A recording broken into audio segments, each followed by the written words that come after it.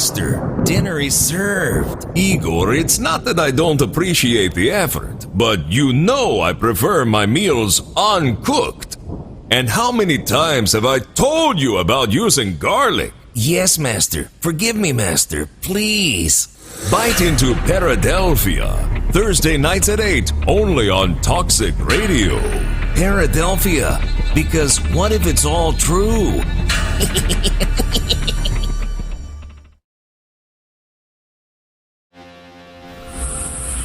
Enjoying all that Toxic Radio has to offer? Well, make sure you like and follow us on Facebook, Twitter, and Instagram.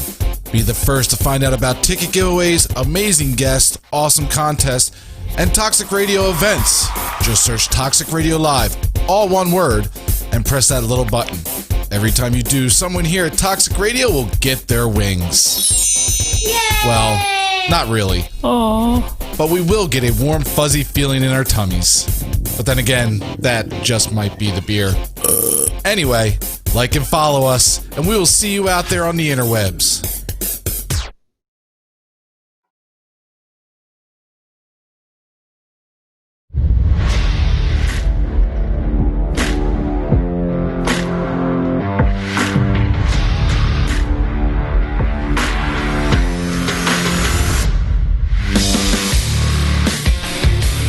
Hungry for Hope Nation.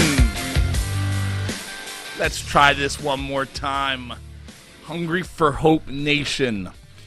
You got your co-host, Reckless Donnie Hart here, and we got a show. But before I get to the show, I got to get to my co-host. Co-host. Big time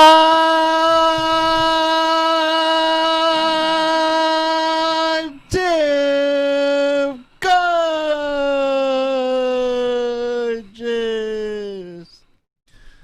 Fucking nailed that one. Tim, you killed that. You're getting better. That's like the one thing in your life I see that gets better every week, your announcement. Well, thanks. And we are also here. We got the Flyers game on. This man's busy. He's not really into what we're doing, but he'll be back later tonight. We'll be talking sports. We got Yanni the Greek. Yanni the Greek. How's it going, fellas? Tim, you wore yourself out with that one. That was too much. You gotta. It's a long show, man. You gotta, preserve that energy. Right now, we got a ton of energy because the Flyers are winning 3-2. But enough of that. Let's get into the show, Donnie. Yanni the Greek's here. I told him the Flyers game's on. He does a lot of stuff with that. I told him he didn't have to come. But Yanni, you heard our guest. You heard his story. And you're a big sports guy, and you just had to be here, you said. You wanted to hear a story live. Yeah, I'm very interested in this story because, to me, kind of reading up on it, doing the prep, it's like the American story, right? Like your average, this is like what a lot of Americans have to go through just to kind of get life together, and he did a great job of it. So yeah, his story's amazing. We have Ed Latimore. He's going to be calling in any minute. Ed was, professional box. You know what? The best person to tell this story is Ed Latimore. Toxic Mike, let's bring Ed on. Ed. Hey, what's going on? How are you guys? Hey, what's up, man? Ed Latimore, first, we want to thank you for coming on the show. Me and Tim. Absolutely. Thank you for taking the time to sit down with us and talk. I really appreciate you guys taking the time to sit and talk with me.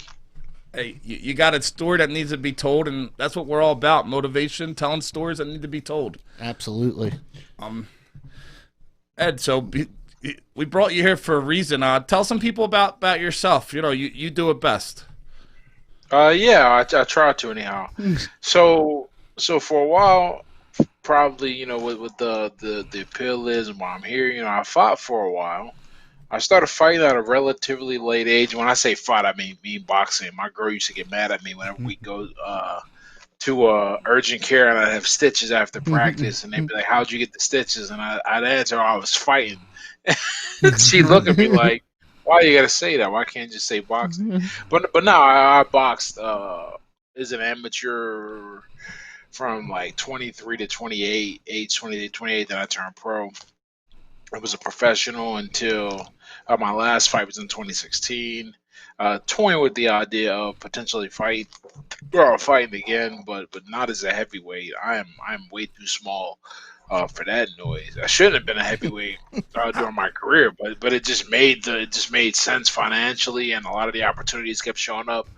But then these, it was like overnight, everyone turned into a giant in the division, and even at the lower end, everyone was huge. It was like, you know what? Maybe I go back to cruise, or not go back, go down to cruiser How if big I are take you? another How fight. big are you? And not to, just so we get a picture, our fans. So I am 6'1", and and right now I'm like 226. When I finally was competitive, like my most competitive, efficient weight, probably between 215 and 220. So I mean, and 220 is probably a little like that was where my coach would probably wonder how disciplined I was being with my diet if I showed up on the scales at 220 plus after a certain point. So really, I mean, I should have just cut down 15 pounds. It would have been easy. I mean, there was probably, I think, the lightest I ever got myself down to. Quite unintentionally training out, I ended up waking up one morning at 209, and we were like, "That's probably not good." So that's where we'll be next. But I have a you learn how to fight when you can fight. A lot of things get neutralized until you can't neutralize them anymore with guys who are just taller, stronger, faster, hit harder. You can only do so much, and I'm not carrying them. And I'm not like a natural crazy athlete either. That's the other thing. Like if I had like some crazy talent, that'd be cool. Didn't have that. I had to work very hard for everything that I gained in the sport, and so there's the reality of heavyweight boxing, man. You got to be a genetic freak, and I was like, I'm not a genetic freak. I'm just a little bigger than the average man. What do you think about that new division they just came out with, the WBC? I know a lot of people, a lot of media and pundits were kind of criticizing the Bridgerweight division, but it's kind of that gap between cruiserweight and heavyweight. Well, okay, actually, so this is how out of things I am. I'd actually heard about this. I didn't know they went forward with it and created it. And if I remember right, when I was reading, that's up to 225. Is that where they capped it? I believe so, somewhere around there. Yeah, I mean, they dropped the rankings for it and everything recently. Yeah, that's a good idea because here's the thing. I remember when I fought once upon a time. I fought in the cage. It was two fights. I trained for like 6 months and they went horrible. But I remember I had to make it. It was a much easier decision because I was dealing with being on the ground and in MMA. It was a much easier decision to cut down to 205 because what I found out is that in MMA, I don't know if this rule is still the same, but they have a weight cap. And that weight cap, or they had a weight cap, I don't know if they do anymore, at 265. So guys a lot of times were cutting down to 265. And I'm like, that's not, no good, no good. But what you're going to do is you're going to get a lot of guys who are who are like me. I mean, guys that are in like the 6'1" to 6'4" range, who when you who've been boxing their entire life at that, so they didn't take the time out to put on the muscle mass because naturally, if you've been boxing since you were a kid, you will not be a heavyweight. They're not going to be built like that. That's why a lot of these guys are heavyweight now. They not only they started boxing later and they come up with a much bigger frame. They had time to really put muscle on because they went and did something else, maybe play football, rugby or kickboxing, anything but a life in the ring, and then they get in there and they're huge now. So I think that'll be cool. I think it'll give a lot of guys a chance for glory that perhaps otherwise wouldn't get it because they're either too small to compete heavy or too big to cut down. For first thing that comes to mind immediately is a guy like Oscar Rivas out of Canada. Be great for that division. Povetkin probably will clean it out. Alexander Usyk probably belongs there as well. So there's some, and then there's some local guys here. I think about a guy Donovan Dennis was a southpaw familiar with. It'll be interesting. I just think of those guys because those are like places where I should have been. So I had my eye on them when I was coming up. But or guys I would have fought, they would have been great fights for me to continue to develop. But that is a great plan. That'd actually be really cool if that division is get some traction. Now, Ed, you talk about these guys with a background who, they went and played rugby. But how did you initially get into boxing? How did you woke up one day and you said you're going to Well, be a pro boxer? no. I don't think no one in their right mind wakes up with that idea, and if they do, they haven't been in the gym yet. But for me, my story, I decided based on where I was in my life, I was like, so I started fighting at 23, 22, 23, that range. I can't remember quite when, but that's a 4 year gap, like after high school and left. And what I tried to do, I took the traditional path initially that most people go on, which is I tried college. Absolute disaster. In 3 semesters, I was out of there because I just wasn't mentally in a moment. I was mentally ready, emotionally not so much. And when I say that, people think, "Oh, what you do, man? Lose your mind?" I'm like, "Yeah, but not in the way you're thinking." Went up there. I never had to be disciplined about anything around me because I never had a chance to be exposed to anything. I was too busy surviving to ever get a chance to go party, drink, whatever, chase some girls, and I lost my mind. And then school wasn't fascinating to me, and the whole idea didn't even really make sense for real. But in that time, I left, or rather that time I left, and I started taking little odd jobs. I love Starbucks and a video game store, and I was dating this girl, and I didn't do anything, but I tried to see her, which was a waste of my time.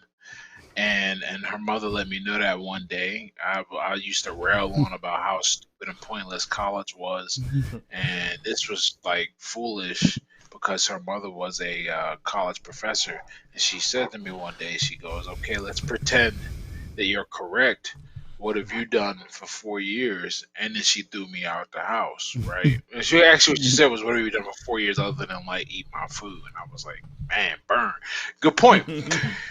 So after I got kicked out, and I sat and thought about that, I said, okay, we got to get some sweat equity in on something where I need something to show I've been on this planet, right? Because at that point I was just kind of drifting around, no one, whatever, right? And I had two options. I said I could join the military or I could fight. And the only reason I didn't join the military, I mean, I wasn't, worried about Don or anything. I figured we all got to go. I said, okay, if I do this, then I can't do anything else because of the way the military is going to be structured. So I said, let me go figure this fight thing out. So I walked into a gym and I just kept trying to get better. It was really it. I just kept trying. I mean, it's not like I came from a talent deep, an area deep in talent or anything, or I had natural talent myself. I just kept making incremental gains, had some really interesting lucky breaks, not just in terms of the trajectory of my career actively, but I happened to live, what do I would say, 30 miles away from Tom Yankello, who is one of the best trainers in history. He coached Paul Spadafore when he had the title, coach Calvin Brock to a fight with Vladimir Klitschko, just for Coach Roy Jones Jr. I actually coached Roy at the end of his career, and then again for this Tyson fight, I was part of that sparring camp, just Hold as up. a testament. Ed, you were part of the sparring camp with Roy Jones? Oh yeah, there's tons of pictures of me all bloody and battered on my Instagram, man. Because I mean, it's not. Yeah, he's 50, but he's Roy Jones Jr., man. Like it's not. There were some days where I was like, man, this is nonsense. And eventually, I kept getting sharpened, or I kept resharpening the sword, and moving on through that. But just little things like that, man, it just kept coming together, and it really brought me forward. And a lot of it, you make some sacrifices along the way. The biggest sacrifice I probably made for my boxing career, there was a time with dude, all my fault, nothing related to alcohol, even though that's another story. My license was suspended, and the car I was driving was this beater. No, couldn't pass inspection. I didn't have an insurance. I didn't have my license, but I figured out how to drive and look behind me three cars so I could see if there were cops or anything and know where to pull off so I could get to the gym every day. And that made a big difference in my career. Who knows where I'd be if I hadn't decided to make such a, in hindsight, foolish decision. But it worked out for me. That's how life is sometimes, man. Things we don't expect. There you are, right there. Ah, Oh yeah, I fought. Man, what is that guy's name? I can't even remember. Oh, it was a great fight though. That was down at Rivers Casino all right. here. So, said you talked about, you Oh, and got you want in to talk about weight difference in that picture? I remember this though. That guy was 250 pounds. I was 215 in that picture, 215. You're like a tall Mike Tyson. and he could fight, man. So, I just want to get back to this. You got into boxing. When did you finally have your professional fight? You said you didn't have a big athletic background. Sounds like you just had that drive. Your girlfriend, your ex-girlfriend's mom said that thing to you, and you're like, what have I done on this earth? And I feel like you took that drive into boxing. Could be wrong. Well, my attitude when I entered the ring or when I entered the boxing gym was okay. I'm not gonna quit this. So the only way I'm gonna end it is I'm going to get hurt, or someone's gonna say, "Dude," like a lot of people are gonna say, "Dude, this is like really not your thing. You should do something else. Otherwise, you're gonna get hurt." Because that's the thing. That's what happens if you don't adjust. It's gonna adjust you. It's not really a lot of middling boxers, at least at the amateur level. So my first professional fight though, I turned pro. January 26th, 2013. So that was right, 13. Yes, 2013, and it really worked out for me because of the success I had in my amateur career, and that success just builds. I transfer gyms. I get with Tom. I train. I win the state title for Golden Gloves. I go to nationals. Nationals is where I attract some attention from a sponsor. I get flown out to Los Angeles. I get to live and train there for 2 years almost. And I'm in the camp in LA with Dominic Brazil, Charles Martin, Michael Hunter. Um, Also, I met. He was my roommate, but we didn't really. We were in the same division. Terrell Goucher, Cam Thompson. Now he's Cam Oswald. These are all guys I got to like. So in 2 years, I got an accelerated education. With a lot of great guys in boxing. Some of world champs or national champions multiple times as amateurs. That must have been a So crazy experience. Just your background. You grew up a rough life in Pittsburgh, man, in the projects, and then here you are in Los Angeles training with some of the best boxers in the world. How did that feel going from where you came from to be out there it in was LA? stressful. It was stressful. You know why it was stressful? Because it's not like I was guaranteed to be out there. They were sending guys home when they lost amateur fights, and it's not like it was like, oh, okay, better luck next time, peace. Like, nah, man. Like, so the big thing about how it went down when I got out there is I came off. I made it to the semifinals at the National Golden Gloves in Indianapolis, and then they came up to me and they were like, yeah, because I beat Dominic Brazil, who was their guy, and they were like, okay, why don't you come out? We didn't have any tape on you. Why don't you come out and see how this is? Because they had a whole operation, man. These guys really put money into boxing and trying to create the next heavyweight champion. Which, ironically enough, they did. He just didn't end up. He didn't stay with the program. The program dissolved. It was Charles Martin. So we end up having this conversation. They're like, all right, cool. Why don't you come out? I'm like, all right, whatever. They're drunk though. Guys, one guy's so drunk he starts talking to me while I'm at the urinal. Now I hear the British accent, and I'm like, you don't know, we don't do this in America. I don't know if there's like a thing over there. I'm standing at the urinal. You don't have a conversation with the man while he's doing that. So I just let it go, and then I went back into the. So when I got home like Sunday, I went back into the gym Wednesday to start training, and my coach was like, "Did those guys call you?" I was like, "Nah, man, I ain't heard nothing from them." He was like, "Well, they've been blowing my phone up. Call those guys back." So I call them, and they get us out there, and then they're like, "Hey, we wonder if you're still interested." I was like, yeah, sure." And it was great because at this point in time, here's how rough. Here's just how bad you can let your life get if you don't have any response, if you're not paying attention. I that week we were out there celebrating after the Golden Gloves, and I had two of my good friends drove out. It's not like a short drive from Indianapolis to Pittsburgh, but it's all right, 8 hours, right? And I go to pay for drinks, and my card gets declined, and I was like, that's weird. I should have my unemployment benefits, right? Because I was on unemployment at the time. And my boy was like, "Don't worry about it, man. We got you." So the next bar, must just be the bar. We'll figure it out. Try again. Nothing. Okay. I was like, you know what? I'm not even gonna worry about this. I'm having a good time. I check my thing the next day, or rather, I get home the next day, and they cut me off. They cut my employment, my benefits off, and this wouldn't have been such a big deal, except I just quit my job for fighting, and we lost the place we were living.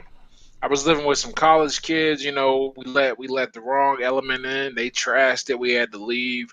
I was dating a girl at the time, and she was like, "You can stay here for the rest of the summer, but after that, I'm leaving because She just graduated from college. I'm like, I don't know what you'll do." So I'm like, "Yeah, I will take this, and I will run to LA." They hit me up on Wednesday. I was on a plane by next Tuesday, and here's the kicker. It took 2 weeks for them to pay me. I had no money for 2 weeks when I got out there. Now, fortunately, they pay for food and everything.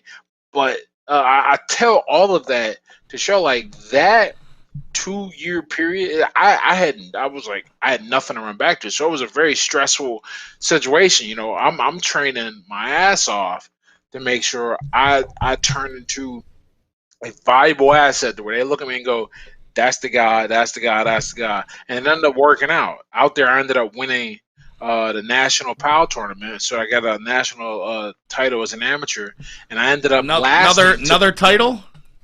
You're starting to rack them in these. I just want to, I don't want to cut off, but I'm just picturing this in my head. I know your story. You're from a tough upbringing in Pittsburgh, man. And now you're out here against, like you said, guys who get into boxing. A lot of them are some of the greatest athletes in the world. They've done amazing things. You said you're not a great athlete. So I just want to imagine what kind of work you were putting in to not just compete. You were winning. You were, let's not blow your head up, but you were doing really good. Out there.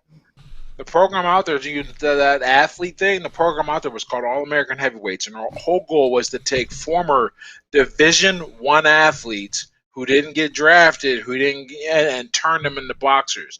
So like Dominic Brazil was a former NFL quarterback. He got a look, didn't take it, ended up there. Charles Martin was a former ball player.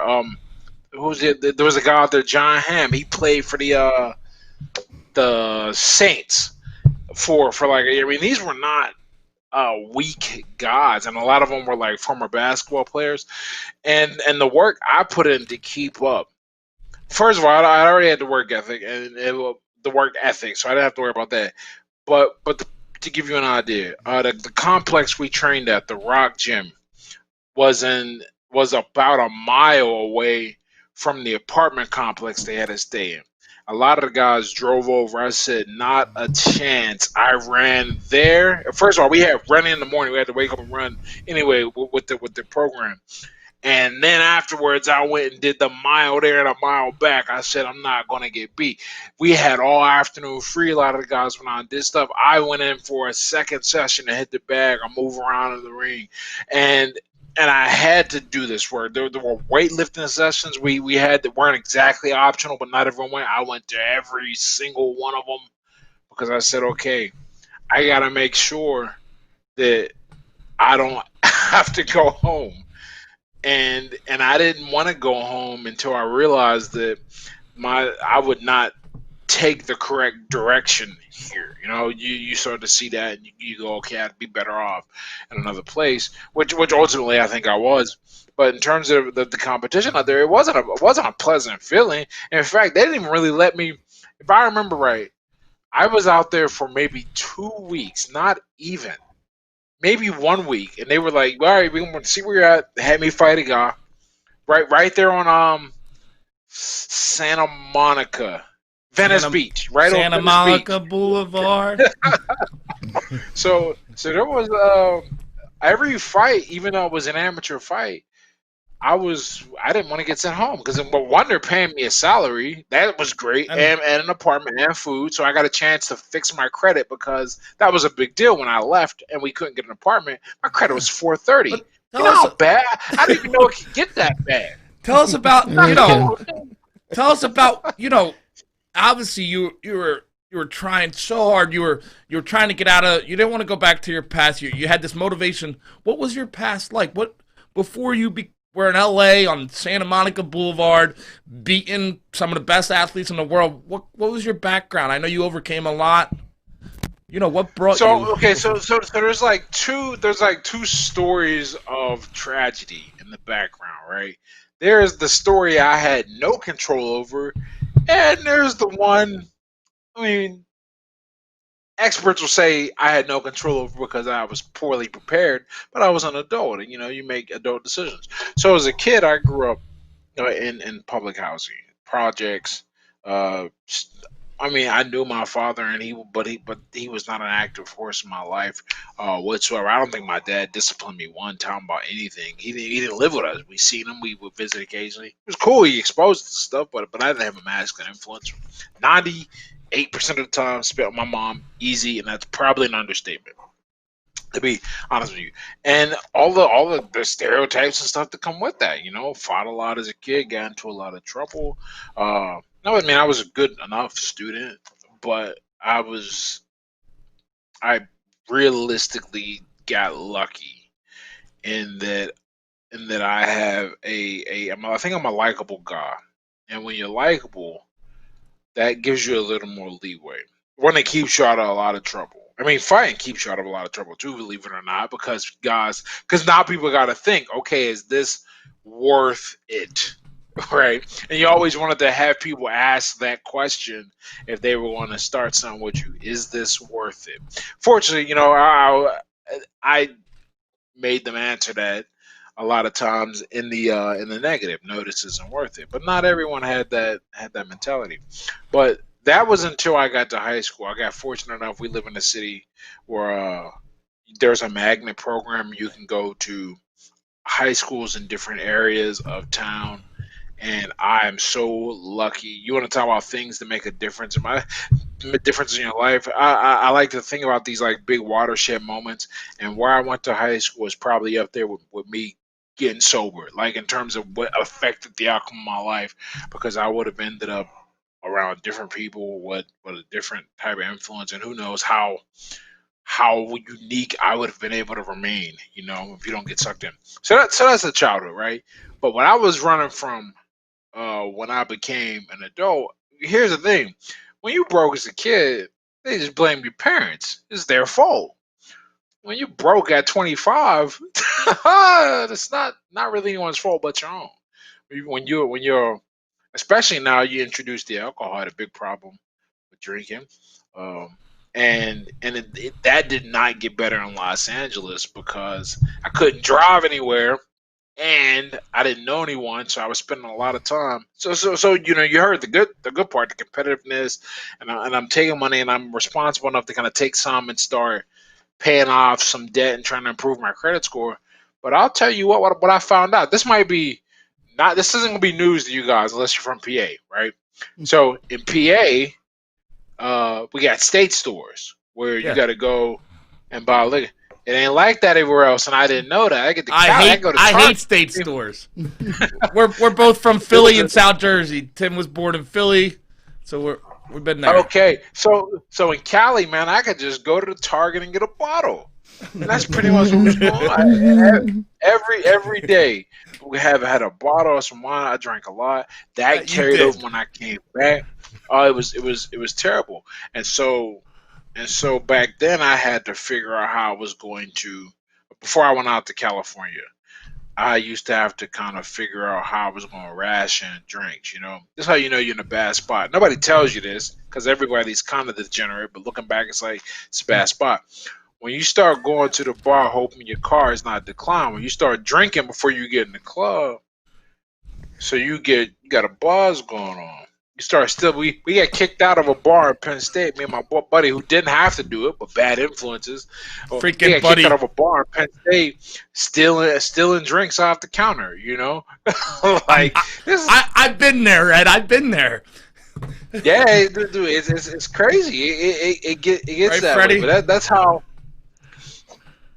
how things were, and I wasn't running away from it yet because I didn't have the wherewithal to realize that was the problem. I just figured I'll just make money and keep making moves. But one day I had when I left the program, and when I say left, that's putting it. Man, I was cut, right? We all get cut, but they cut everybody because one of the things that happened, some behind the scenes game for you, when Dominic made the Olympic team, they started dicking Dominic around. He said I'm out, and he left, and I think he went and signed with Al Heyman, and that took all the funding because that was like one of their goals, get an Olympian, and they got an Olympian, and they left, and so when he left all the funding left, and one by one they tried to keep us, and they cut everybody but Charles and Ham, right? Charles Warren and John Ham. So I go back. I'm so broke. I drive across the country, and I'll never forget this. Did you know there's an app or like a website where you can put in your trip, and it'll tell you how much gas you need to make it? And that's really useful for road trippers. And I remember I said, okay, I got to be able to do this on $250, and it came out to like $254, and I was like, shit, like what am I gonna do? Start picking quarters up under the seat. Oh, dude, it got even worse, man. So to figure this out, right? Let's I figure had it out, a cuz. little bit of food left over. I was sleeping in the car at rest stops. I stop in Kansas City. I hate Kansas. Cam. It is a weird place, man. Weirdos. But man. I played college football in the stopped- Midwest. I wrestled out there, Bunch Oh, of so weirdos. you wrestled? I Well, did. Go for wrestling, though. I used to travel, yeah. But this is about you, not my crazy story. We don't have enough time for my sideshow. So there you are. You're But I stopped in Kansas to see Cam, and my freaking fuel pump blew out. And I was like, this is awful. Not only do I not have the money for this, I don't really have the time either because I'm racing back to get a job interview at T-Mobile of all places. And not like T-Mobile corporate. Nah, man, I was selling phones for $9.28 an hour. I gotta stop you. I want to hear your story, but I got somebody who's on the air with us who sells phones for Verizon, and I don't think we can have you talk about T-Mobile. Tim. I mean, I used to work for T-Mobile too. I probably work for the same Tim's a company phone as guy. that. That's what he does when he's not on the air. Man, look, I bet your commissions were great. We had I don't know if it's like this anymore, but like you get the commissions for the new activations and the accessories, and I'm like, okay, I see, because my buddy was making good money. I knew people making $50,000-$60,000, but they were at busy stores, man. They had me all, oh my goodness. I was like, I just want the hours. And then on top of that, they started firing you if you weren't selling enough. And I'm like, there's nobody here to sell to. It was a very stressful situation. But you make it through it, man. These situations, they build you. Especially when you come from that background. Your background, man. Especially. I will never, but that was the moment I said, okay, I'll never forget it. It was some night, and you know the game. Now that I know you're in the phone game, I can speak I can speak casual. Somebody came into the store closed at 9:00. Somebody came into the store at 8:55, and you know the rule. If they come in, you can't tell them to leave. You can't even suggest it. You got to keep serving. So this person stayed in the store till probably like 9:45, and then didn't buy anything, man. Didn't buy nothing. Come on, man. You should have gave him the jab, kid. Bobbing and weaving. I was supposed to go meet some friends. That ain't happened. And I said, okay. I remember sitting in my car, man. It was cold. I said, I'm smarter than this. What the hell am I doing? And that's when I made the decision to go enlist in the army and go back to school. Like that was clear. I Mhm. said, "What are we doing? We are smarter than this." I don't know if you're familiar with Hotep Jesus, and Hotep said something on an interview, and it always stuck with me. He said, "I changed my life when I realized that my situation didn't match my ego," and I was like, like no one's ever put it that way, but that's how I felt. I said, I am this smart guy. I feel like intelligent, charismatic, but I am broke than a joke, and I have no prospects for anything at all. So I said, let me. So my coach was not happy with it, but I said I got to do the right thing, and I stopped three. Well, I enlisted on the 4th of January, 2013. 2013. Had the pro debut on the 26th. I didn't ship out until June 4th. I had 3 pro fights, but I told my coach, I said, "Look, man, I got to do this because I know boxing's not like I know it's not gonna last forever." And there's a story about how I really had that cemented, and I got to make sure I can do something else, so I'm not, living the ghost of boxer past. And I've seen that, man. The professional fighter's graveyard is no place you want to be, because unlike the NFL and the NLB, not only do we not get a lot of money, uh, there's no pension. No one cares. But most of us aren't getting any kind of deal. You know what's gonna happen? You're just gonna stop fighting. Imagine You being better a hope you got your injuries taken a care of. washed up ex pro wrestler, brother. I've been there. Weren't you signed to You know the game, man. Weren't you signed to Rock Nation at one point? I was signed to Rock Nation at one point. I Oh, shit. forgot all about that. I forgot all about that. Tim did Yeah, a deep dive on that on. Yeah, man, and that was great because here was the cool thing about being signed to Rock Nation, right? So you probably know about this as a former guy on the side doing the wrestling.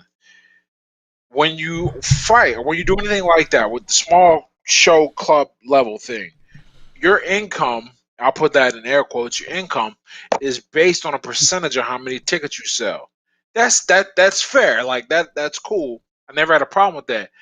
But if you're only gonna get like 50 seats to sell, and the seats only sell for like 30 a pop, you move all of it and you're only getting 20%. That's great, but most times you're not gonna move all that, right? Especially in PA, because in PA it was really hard. It's really hard to start a career because the commission is more strict. So a lot of us, we all start in West Virginia, where they basically don't have it. In fact, they use our guy. They don't have a commission. All right.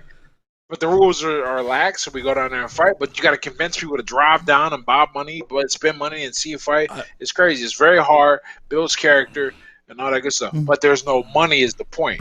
I think the most money I made before I signed with Rock Nation, I think I made $700, and that was before I paid my coach. Because it's business. I mean, he puts his time in. I'm not gonna be like, let me slide. I'm not giving us 12%, pay the government and everything. But when I got signed to Rock Nation, they paid me. Now They paid me significantly more. not to stop Rock Nation. Not all of our viewers know about Rock Nation. You want to tell us what's Rock Nation, Tim? For the Okay. So Rock Nation is the. Let me see if I hope I get this right because I'm actually not. Okay, so Rock Nation is the brainchild of Jay-Z. It's his company. I think all of his music is held under it too, but he's also got a sports division where they were promoting athletes, and they decided they were going to move into the boxing game. I can't tell you how much of my career is timing. That thing in hold up, LA that hold would up, never. man. I gotta stop you again. I gotta stop you. Here's this guy. You told us you're from the projects of Pittsburgh. You're from the projects of Pittsburgh, and now you're signed to Jay-Z. Are you talking about the rapper, or is that like somebody else? I'm talking about the Rock Nation Sports Jay-Z. Yeah. That had to. We all have egos. That had to feel good to know where you came from. You know what was cool about it? What was cool about it is like, okay, so if I got like signed to a Golden Boy or Top Rank, no one really like outside of the boxing community, no one knows who that is. But I could say I'm signed to Rock Nation, and people knew that. They knew what it was. Mainstream people did. Okay, and it was a really cool, interesting time period. I learned a lot about how ruthless the game is when money gets involved. My coach said something really interesting to me right before I turned pro, and I told him I was ready. I wanted to turn pro. And the reason I decided I wanted to turn pro is because I had a fight. I think it wasn't. It was in it was like a mile. It was like an hour north of here, right? And my opponent didn't show, and I was like, "What are you not doing here?" And we called him. We found him, and turns out he was in Youngstown. He's like, "Just come pick me up," right? I drove to Youngstown to go get my opponent. I was going to drive him back to fight. I drove all the way to Youngstown, and this guy's like, nobody's here to let me into the gym so I can get my book. Because you need your passbook to fight. Back then you did. I think now it's all electronic. But I was so angry. I said, I'm turning pro. And my coach said, do you think the fuckery stops because there's money involved? And you're like, you sure you want to do this? And I was like, you know what? Even if you're right, at least there's a risk of making money. And I'll never forget this. I think it was my third fight. I sold all these tickets. I'm gonna go through because I'm delivering the tickets by hand. I'm not signed yet. And don't you know, my opponent does not show. He's just a no-show. And so I got to replace. I remember I still worked at the bank. And I'm working, going to school and training. I get off, I'm like, all right, I'm leaving, I'm about to get in the car and drive down the weigh-ins. And I check, and my phone is like, guys, no show. Won't be a fight tonight. We're going to, I was like, God damn it. So I was like, it doesn't stop. But that's how it is. It's a rough business aspect to boxing. But being signed with R&S, our organization sports, two things happened which significantly offset that. One, I got a monthly stipend, and that's great because ain't no monthly stipend. Not normally, but I got a monthly stipend, so that it wasn't a lot. It didn't. I mean, I couldn't live on it. Let's put it like that. But it alleviated my bills, and now I'm making minimum. I've been told I'm not to discuss these things, but I don't know how long it is. Who gives a fuck? Let's talk about it. Right? Yeah. If they come after me, they're gonna take from me anyway. I think my first. What did I get? Oh, right. About 1,000 a round. Right. But I didn't fight more than 6 rounders. So, and I'm only fighting. What am I only fighting? Oh, I'm only fighting 6 times a year, right? And really, while they want to keep getting you fights, they want to keep getting you fights that improve you and have your level go up, so you keep tested and keep being tested. And the moment you fail a test, at least if you fail it the way I failed it, which was getting knocked out in the first round, let me tell you how crazy this is. Here's how ruthless this game is, right? This not for weak men. Not for weak men. Let me tell you how ruthless this game is. Tell us. I fought. Well, my loss that I took on Showtime, and we'll talk more about that if you guys want to. But my loss that I took on Showtime, September 23rd, 2016. Your only loss in Oklahoma. Yeah, Your only professional. In Miami, Oklahoma. You know what's crazy? I couldn't watch this for a long time. Now I'm just like, that's. And that was Tommy Morrison's son too, right? Yeah. Oh man, that sucks. But sorry to bring it up. How's the producer Mike gonna play the fight on the screen? Our producer brought it up. I hope our producer can fight. You know why I don't mind it at all anymore? Tell us, brother. First of all, and then I'll tell the story though, because it just sidetrack. I don't mind it anymore at all because I am so like in every area of my life. Like I remember saying to myself after the fight, "This is gonna be the best thing that ever happened." Yeah, you got to tell yourself these lies until they become true. That's how you cope with it. And because of that, I took the next year off, and I learned how to work for myself. That was the first year I learned how to make money on my own, and I didn't do it on the internet. I was tutoring kids. In math and physics. That prepared me to earn money on my own via the internet. Hold on, Ed. Hold on. I'm sorry. I got to do it again, Ed. This guy from the projects of Pittsburgh. Now he signed the Jay-Z Rock Nation, we call it. He's in LA, and now he's tutoring people in math and physics. Oh yeah, because when I went back to school, that's ended up what I ended up going for. My degree is in physics. They said you're So the Renaissance man. You really are. I just try You to could probably do juggle the too. thing. but that Yeah. prepared me for that. And now, last year I cleared on the internet a little over a quarter mil from my work on the internet. And this year it'll be way more. Already I can see that. And a lot of that's because I sat and I learned my craft. I learned how business works. I learned how to write. I've really learned how to do this on my own. And if I had kept fighting though, but really, it's not just that part. If I had kept fighting, I'd have been frozen out like everybody else with COVID. Now, no one can predict that, but I would be just at the point in my career. I'm like, okay, when y'all gonna give me some more, fight? I'm really happy where I am now because I can get up and leave and travel, and I don't have to worry about training or anything. And he's a cool guy. He actually bought my book and was, we were chatting about it. I was like, oh, that's cool, man. Thanks for the support, and all. But there's that side note. But back to that, that fight we looked at. That was on September 23rd. I believe it was either 23rd or 26th. I can't remember. All I remember is the next day we flew out. I got home that night. Okay, the next night. Yeah. And when I got home, I had an overnight express letter from Rock Nation Sports informing me that our contract was terminated. Jay-Z, I never liked him anyway, man. He's so overpaid. I was like, wow, that is cold, man. I wish I had took a picture of that. But yeah, that's how it was, and I don't even feel bad or anything about it because I understand what they got to do. They can't let that performance stay. That makes the promotion look bad. So, yeah. But I think if I could go back and do anything again in that regard, it would be what we were talking about before, man. I would have. I'd be a smaller fighter.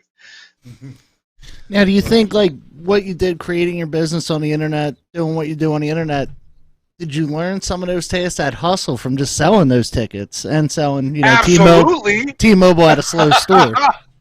Oh man, dude, you know what the one thing that fighting teaches you outside. Well, fighting teaches you a lot, and I could realistically write. In fact, I am writing a book on it. But one of the big things that you have to learn how to do. You know how I was telling you, we gotta get guys to come to Pennsylvania, from Pennsylvania to West Virginia is a pro and spend money. So they got to give up a Saturday evening and spend $50, drive a mile, one or an hour one way, and then an hour back.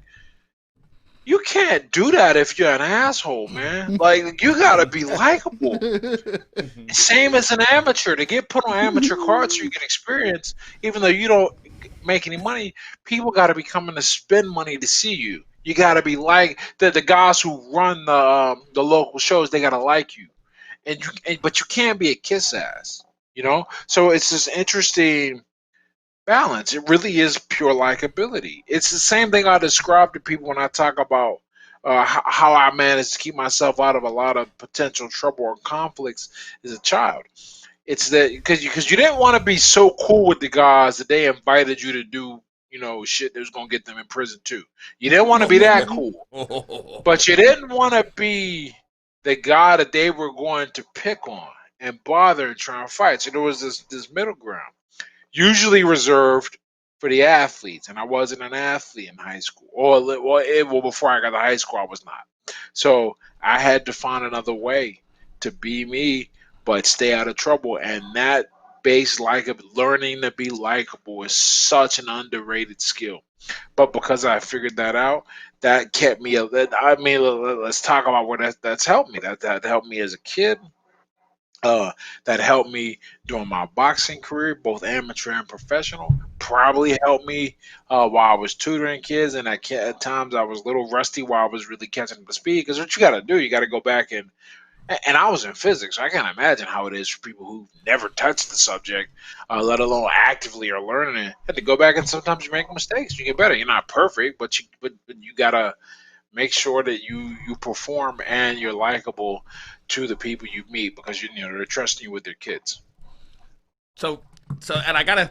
You're talking about your travels to West Virginia. Around them same time, you're talking 2014. That's a big pro wrestling hotbed. I used to have to go out there. I would drive like anywhere between 4 and 7 hours, and I did pro wrestling out there. I did with a Probably lot for the of same reason. That yeah. means that you're I, probably in West Virginia. And what's the other real loose yeah, I state? think I Indiana. got a flyer somewhere for there I am. What is that? 2014. I'm out in what city's that? Shinston, West Virginia, man. Whew. I was the bad guy out there. You know, I just told them I was from like New Jersey, and they started throwing stuff at me. I needed security to get to my car. I needed security to get to my car. They're fans. They love boxing. They love pro wrestling. And Oh yeah, that's true. That is one great benefit of West Virginia.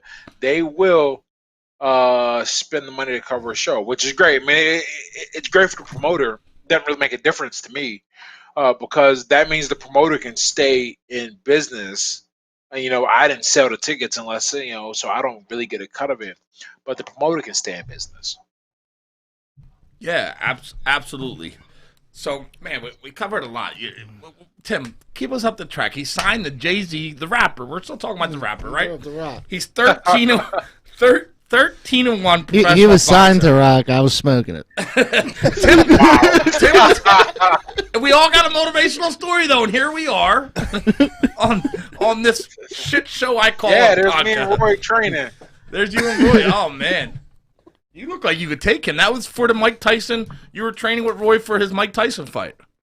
Yeah. I was the my coach hit me up, and I'm incredibly indebted to Tom. Three times over, realistically, I can honestly say he changed my life. He and his wife. And so when he said, "Hey, you thinking about fighting?" I'm like, "No, not really." Anything. Well, I got this Roy thing coming up, and he's sparring. I'm like, I said, say no more, because I keep in shape. It's not like I'm sitting around doing nothing. I don't drink. I don't smoke. I don't eat junk food. I just my junk food is popcorn. Like that's the hardest. Every some cookies every now and then. I still got a bag of cookies my mom gave me for Christmas. Cookie I gotta Monster. figure out what I'm gonna do with those. I guess eat them at some point. But and I said, yeah, man, just if that's what you need, I'm there. And I moved around and because being a sparring partner is different. You're not going in there to show that you can fight. I mean, you can, but you got to be able to fight well enough to give them a good look. And so I go in there and I'm like, how'd it go? It went great. And I ended up I thought I was going to split some time. And I think one or two other guys came in. For the most part, I was the main guy. There's some other pictures in there too. You check them out. Me and That's him amazing, that I man. really like. But and he's a real cool guy, And I wasn't like starstruck or anything, but I did some research because I didn't really like know anything about him outside of the fights. And the very first thing I said to him, or I mean, that's other than Roy, I asked him about Russia. Man, he is a citizen of Russia because they love him in Russia. Oh Apparently, yeah, and he they was honor getting him. that Russian money for a while, going over there and Yeah. fighting. So he is a Russian citizen. Spoke I said because I know a small token amount of Russian and I asked him, I said, "Do you speak Russian?" Which is like what the almost the extent of the Russian I know. And he said, "Ah." I said, "Voruska," but I don't even remember how to say it. On camera. Oh yeah, Voruskaya, or or you Russian, but put him my Poruski. There we go. Do you understand Russian? Got it, a little Russian. And he says, "Yes." Da. And I was like, "Wow, that's crazy. This is Roy Jones, man. He just said some Russian." Hold on. I'm keeping a list of all this shit you do. Now you speak Russian too? No. I know. I speak very little. Little. You It's are the just part of what I Renaissance want. man. We got Ed Latimore, the Renaissance man, on. No, the real language that I can like use and What else? speak that is not English. I put a lot of energy, especially this year, into learning Spanish because I didn't have much. And I had spoke a little bit living in LA, and I tried to use the time to study out there, and it was like in my brain. But then I have a good friend of mine. He runs a company, Baselaying, where they connect people for a certain fee, and you just have unlimited kind of tutoring if you want it. But he also has a formal class structure, and I said, you know what, let me try this out. And so for almost 3 months, I was 2 hours a day, 5 days a week, having conversations in Spanish, and then now it's like, oh, okay, like my brain can use it, kinda, and That's it's real interesting. that's amazing. Now I can see, like, I know you're an author. We mentioned that to our fans. How you have all this amazing stuff. I'm not surprised you also are an author. Did you get into that after boxing? What was life after? You went 13-1. I know you still box some. You did the sparring. How What did you was become, this amazing author now? The so kid I from was the always projects of writing. Pittsburgh. I was always writing. Like, if you look at I think the timestamps on my blog, I think they start in 2015, but in reality, I think the blog, because I remember. In fact, I know it was earlier. That's just when we changed to the new system. Because I remember going away to basic training, and I had a friend. I was writing her the blog post, and she was going in and typing them so my blog could stay updated while I was still away at basic training. Okay, and I've always wanted to write. That's just been part of me. I kind of lost my confidence in high school because I was around kids that were like they're just better writers, uh, and readers, and they really loved it. And I said, okay, this is not really gonna be my thing. But then I said, you know what? I love this so much. I'm gonna just keep doing it. And then the internet happened. And anyone could start a blog and start a following if they had something to say, and so that's kind of how that went. I just been producing stuff on the site and building a following that way. But and now with the ability to go on Amazon, I think it's Amazon Direct, maybe I think it's called that. But you can self-publish super easy, and so I self-published the first book, and I can't remember anyone thinks it's Superpower, and I just ordered it. oh, awesome! It's a great book. But let me tell you something about that book compared to the second one. Uh, that book, I had no resources. I was like right off of being cut. I didn't know my money was coming. I think that came out. I released it 2 days after my birthday. So February 2017, I think, is the release date on that.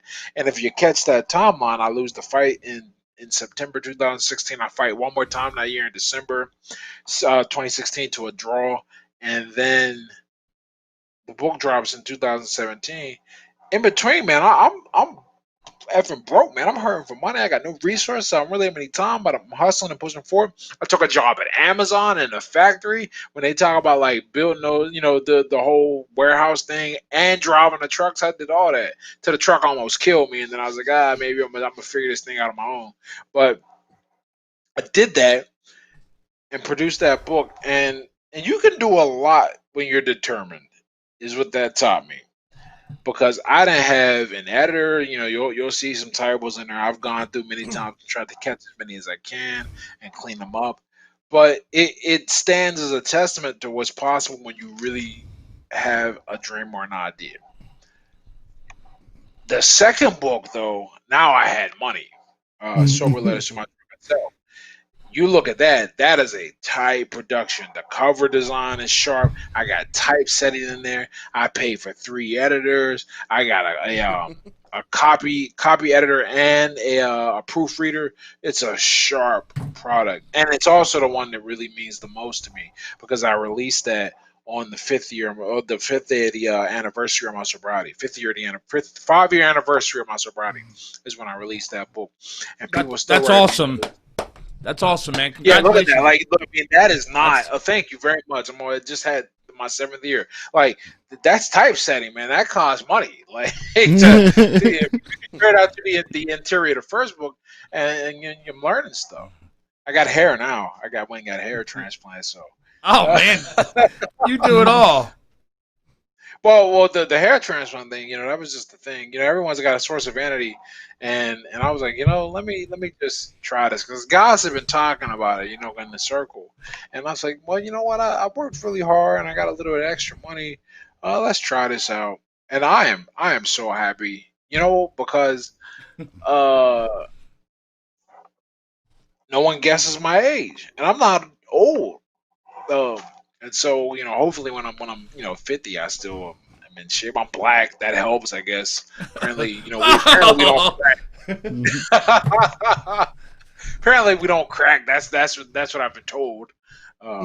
Which, Your story's amazing, man. Like all this stuff, and then my God, tell me about this chess thing. You're a chess player. We had some people reach out. They heard about your chess story. They knew my buddy Sean Davis. A lot of guys who are chess guys. They knew you were coming on the show, and tell us oh about yeah, this, my man. so this is really just an interesting kind of way this went. Okay, so I've always liked the game. It wasn't until recently that I got serious about it, and by serious I mean I started going to tournaments. I paid for a coach and really started learning how to analyze my games and improve. And then I just talk about the things I do, right? That's how people find out. I figure out if no one knows I'm doing it, no one will know. And so what ends up happening is I had been followed already by this guy David Yada, and he was like, "Hey, I'm the new editor for I think what did David edit? American Chess or Chess Life magazine, one of those." And he's like, "You want to do a feature in there? You write an article, shoot send up some photos, and because I'm looking to add a new flavor to the magazine." I said, "Sure." So so he did that. And I was like, wow, that's great. I have a post in there. And then because of that post, US Chess Life hits me up and they're like, hey, you want to be in the magazine? And so they have a segment called My Best Move, where you're talking about it's like a quick, I think like 500 words, an analogy between your best move and chess, with your best move in chess, and I did a thing related to sobriety, and so now I'm in chess life, not on the cover or anything, but I'm in chess life and Was American chess. was that where they called you the boxing's Renaissance man, or was that another? I've done my homework Uh, on you, my no, man. no, that's Yeah. that's the one. That's the one that David I, Yada did. I think we got that somewhere. Maybe our producer, he's the best in the business at Toxic Radio. He Yeah, there it is. oh. So there you are. You got this chess thing. You got the sobriety thing. Tell us the sobriety thing. You got 7 years sober. Yeah, You're a 7 years. pro boxer, signed to Jay Z. You're a guy who came from the projects. You overcame a lot. You saw a lot of violence, uh, a lot of addiction growing up. And how was Yeah, your yeah. road to sobriety? How did you overcome our show? We talk about that a lot. We fought stuff like that. How did that come about, my man? You know, um, so I remember like the events the first time I was like maybe I got an issue, right? I learned that people I thought were my friends, they did not think too highly of me, and it had a lot to do with my drunken behavior. Okay, I'm not friends with these people anymore, and probably wouldn't be, but that doesn't mean they were wrong. Okay, and I think like most addicts, you go, oh, whatever, right? I remember asking people, I was like, man, you think I should go to AA? And I remember a friend was like, man, that's forever, dude. You sure about that? And I was like, nah. And I went back to my foolish ways, made some mistakes. I'm really lucky because in an alternate universe, a lot of the things I did, I'm sitting in the jail cell right now. The coin lands, the cop pulls me over, cop doesn't fall for me. I learned how to be likable, and I got out of at this point three, maybe four times they should have took me to jail, and I talked my way right out of that. Man, they got me with a suspended license. That's supposed to be instant back of the wagon, right? No way. I had a cop tell me one time. I kid you not. I had a cop tell me one time. He goes, "I could tell by you took the sobriety test, and you're a little over the limit, but I'm gonna let you go. Go and get home." And I'm like, wow. Stuff like that keeps happening, and I always say you can't outrun the law of large numbers forever, right? Eventually, the dumb shit's gonna catch up to you, and it's gonna be bad. So one day, after another stupid night, I woke up and I said, "What are you doing, dude? You got all this stuff riding now, cause December 23rd, 2 days before Christmas, 9 days before the New Year, it's my sobriety date." And I said, "Okay." Uh, I just enlisted in the Army, so now I'm under UCMJ as well as civilian law. I just enrolled in school, boxing career is getting started, and I just started dating the woman I'm still with now. I thought she had promise. Apparently, I was right. And I said, I got four things going for me right now. and I keep messing up in life, and the commonality seems to be alcohol. Let's see what happens when we put it aside. And I was serious. The next day, I woke up. I went to an AA meeting. I texted all my friends. I said, "Look, I understand if y'all don't want to kick it no more, but here's what I'm trying to do for me. I got to do it for me because I'm scared. I'm worried. I don't want to have any problems in my life." To my much, I mean, not really to my surprise, but all of my good friends were supportive, and they were the friends of mine. We were friends before we started drinking, you know. So I wasn't really worried about it. But I lost a lot of friends that I had while what I made while drinking. But That, that's that just was what happened. that was probably for the better, Ed. You Oh, know, for sure. Because now we had nothing in common. but What are we gonna do? And that dude, it's the best thing that happened. I mean, congratulations it's again on think the of 7 years. it, Congratulations. the way I describe it. Think about the best gift you ever got. Now imagine if you could give that to yourself. That's what sobriety's like. Because I know that me as I am right now would not be. I say it every time I think about it all the time. Like, what would it be like if I somehow managed to have the success I have now, but I was still drinking? I'd probably kill myself. I probably would have ruined my life completely, or kill somebody else. Which That, is one that, of those things, you don't want to be in that situation. And now there's a whole timeline that just doesn't exist. I ain't got to worry. You know when it really hit me, like how cool it was when me and my girlfriend we drove up to Canada. We drove to Quebec City, which is a long drive, and I entered the border, crossed it no problem, and I was like, man, this would not be possible if I ever got a DUI. And I remember just thinking that I was like, we made it. Ed, Yeah, like never again. I said, I mean, Ed, not that I was. you have a lot of these moments, man. I still, we're getting to the end of the show, but I'm still just getting this picture for our viewers. You're a guy from the projects of Pittsburgh. You overcame so much.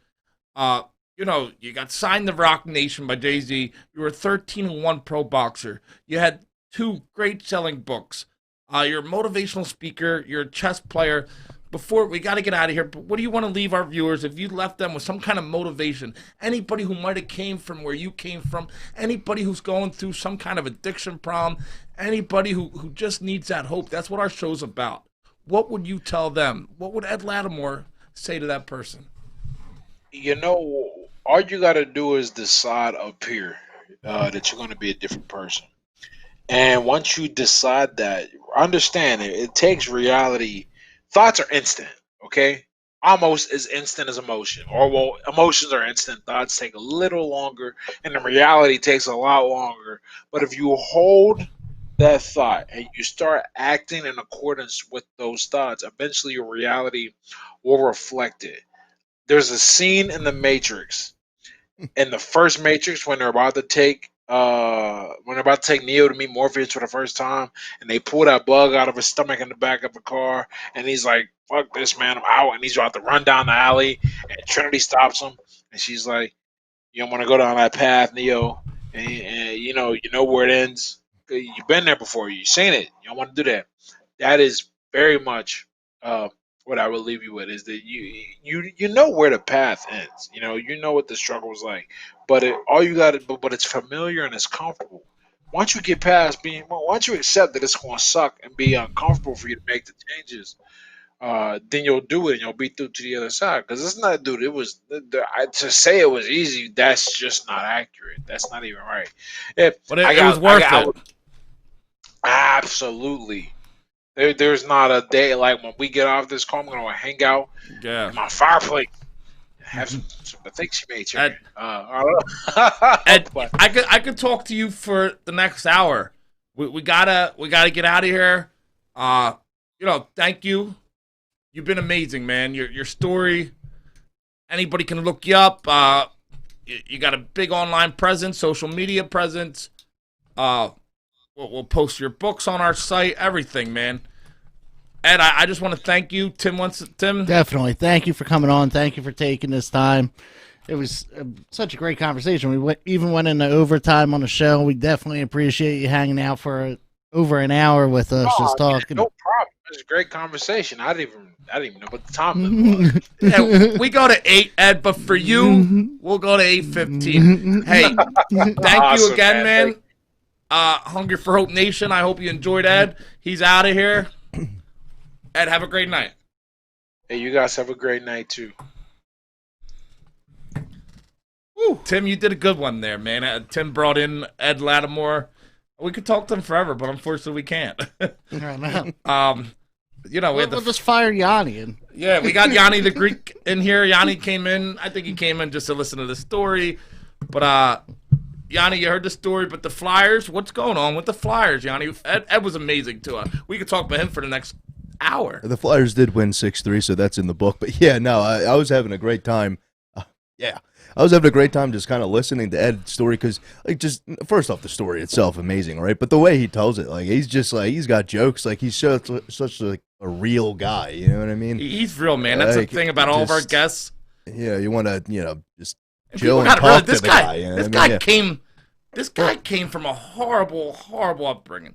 You know, he talks about it, and he did some. Even when he was talking about things, he's like, "Yeah, Jay-Z, blah blah." And he just kept working. You know, he said it He himself. wasn't the most athletic. He wasn't some great athlete, but he just kept working. The story at it, I love. And I do. I love the message behind it too. But It's awesome. Yanni, tell us what's going on. The Flyers won. What else is going on in sports today? We're gonna end with you in the next 5 minutes, Yanni. It's your Sure, moment. I'll try to wrap it up real quick. Obviously, the big story of the day: Sixers miss out on James Harden as he gets traded to the Brooklyn Nets. For my money, great, awesome. I don't want to ruin what the Sixers have going on right now. I think there's some good juice. I think it's a good group. I love the bench. I wouldn't want to tear it apart just to bring Harden in. The Nets maybe got better on paper, but I don't think they're a better team after this move. you got a team full of dickheads. I mean, sure. I just think that look, they traded away key pieces that were like good role players for their team. Jared Allen, one of my favorite big men in the NBA right now. Karis LeVert, of course, against the Sixers, lit us up for a whole bunch of points, and he does that a lot. So yeah, okay, they get James Harden, that's great, and they have Durant and maybe Kyrie Irving if he feels like playing. To dump him on somebody if I was the Nets, like Irving? Yeah. Yeah, well, if he feels like playing, because you never know, he might just decide he doesn't want to. So, Because of the riots. yeah, so to me, yeah, I think the Sixers dodged a bullet here. I think they stuck to their guns. They had a price they were willing to pay and not anything more. Good job, Daryl Morey, for not, buying into the hype and doing something crazy for the sake of doing it, Yeah, I wasn't big on him, Yanni. I just wanted to hear what you had to It's say on unnecessary. it. What else is going on in the sport world of Yanni the Greek? That's it. I'm just watching, man. It's just hockey's back. We got another game going on right now. Another 3 games tonight. Gonna have hockey for something like what was like 156 days or something straight. Is that what the number was? Thank you, Jamie. Yeah, so that's awesome. I definitely like that. So I'll keep an eye out. We'll talk some hockey on this show. We'll also talk some football. Divisional round coming up. I plan on doing another sports special. I had a lot of fun doing that, so we'll do our picks. You want to do a recap, guys? What do you got? Do we have enough time? You got 5 minutes to tell me about Off with His Head with We Doug got Peterson. 5 minutes, and then we got to get Wire to Wire Sports on next. They'll be on Toxic Radio, Gene and the boys, but we'll give you 5 minutes, Yanni, maybe 4. Okay, I like 4.5. I'll skip the playoffs. We'll leave the playoffs for the pick show. Let's talk Doug Peterson. I couldn't be more upset to hear about the news. Doug Peterson is the coach of the Philadelphia Eagles. Doug Peterson was the coach of the Philadelphia Eagles. He no longer is. He brought the Super Bowl to this city. That's something that I'll never forget, and I think no Eagles fan will ever forget. The organization wants to, I guess, restart, and part of that is starting over with a new head coach who isn't going to want to, win at all costs. That's per Jeff Lurie. That was kind of the big thing, is that Doug wants to go right ahead and make moves to make the roster better and competitive next year, whereas it sounds like Lurie and Howie Rose may want to tear it down to fix the salary cap problem and start over, and nothing makes me more upset than that. I just don't think it's the right move. Everything they're looking for in a head coach right now, Doug Peterson has. Football aptitude, obviously, leadership, aggressiveness, You know what I mean? Like response to players. He's worked with multiple quarterbacks and with different skill sets, no less, and has had success with all three. I just don't know. There's a lot of exciting young coaching candidates out there. There are. Joe Brady came in for an interview today. That's awesome. I like hearing that. Lincoln Riley has been floated. All good names, all good stuff, but that doesn't really stop me from kind of bemoaning the Doug Peterson firing. I just can't get behind it right now. So, Yanni, I know you're a big Doug Peterson, man. We just want to give a big shout-out to him, man. It sucked, but let's go into the time, mid-September 2021. Who is the Eagles starting quarterback and who is the head coach? And who's the starting quarterback? Is that a loaded question or what? Okay. I'll go ahead and say that just a guess, man. It's just a guess. They're going to end up promoting Deuce Staley to head coach. And Carson Wentz, unfortunately, will be the starting quarterback if the organization has anything to say about it. I see your comment there, Gene. Absolutely agree. But there you go. See, what I think is going to happen is Haley's going to do like he does the draft and hire some obscure-ass head coach, somebody that's like a tight end coach in fucking Minnesota or something. Deuce Staley's not that kind of guy outside of Philly. They need someone to oversee the tank. I mean, they need a Brett Brown figure. And however that sits in your stomach, take it for what it is. That's what they're looking for. Because of that guy... You don't have Deuce Staley can come in. They can think he's going to be that guy, but Deuce Staley is a Philadelphia favorite, and he might do something we're not expecting. Sure. I don't think we're in tank mode. I think we're in Jalen Hurts is going to win a Super Bowl with Deuce Staley as a coach, and I'm going to get you off my show, Yanni. Yeah, right. Mike's over there trying to call the cops. Okay. Yeah, it's time to go. Oh, no, I'm talking about when Jalen Hurts wins. Not now. You want to get off the show? Get off the show. I'm talking about when Jalen Hurts. Listen, again, it's not. If it's up to me, Staley and you want Carson Wentz and Lincoln or something. If it's up to me, it's an open competition. But you heard Jeff Lurie. They are going to try and bend over backwards and make Carson Wentz the starting quarterback of this team. I don't know what to say. Sounds like something you would say if you're trying to sell him to somebody, trade him. Maybe, hopefully. Can you get him a heart transplant? Donnie, we talked about it. If some team comes waving draft picks at you for Carson Wentz and it makes sense, don't be surprised if that loyalty, doesn't exactly stick. I mean, we've seen where loyalty gets you in this business. So yeah, we'll see. Definitely going to be an interesting offseason for the Philadelphia Eagles. You're going to do a sports update. I think Friday. We're going to post it on our social media. We're going to let everybody know. Yanni, thanks for coming. So, our guest, sometimes you just got to go with the flow, man. Our guest, Ed Latimore, was amazing. 13-1 professional boxer. I've talked. His story is just amazing. Toxic Mike, Jamie, thank you so much. Thanks for letting us go over time. You got Wire to Wire Sports coming on next at 9 o'clock on Toxic Radio. I'm sure they'll have a lot to say about all this. Tim, let's get the hell out of here. Hungry for Hope Nation, thank you for tuning in. We're out of here.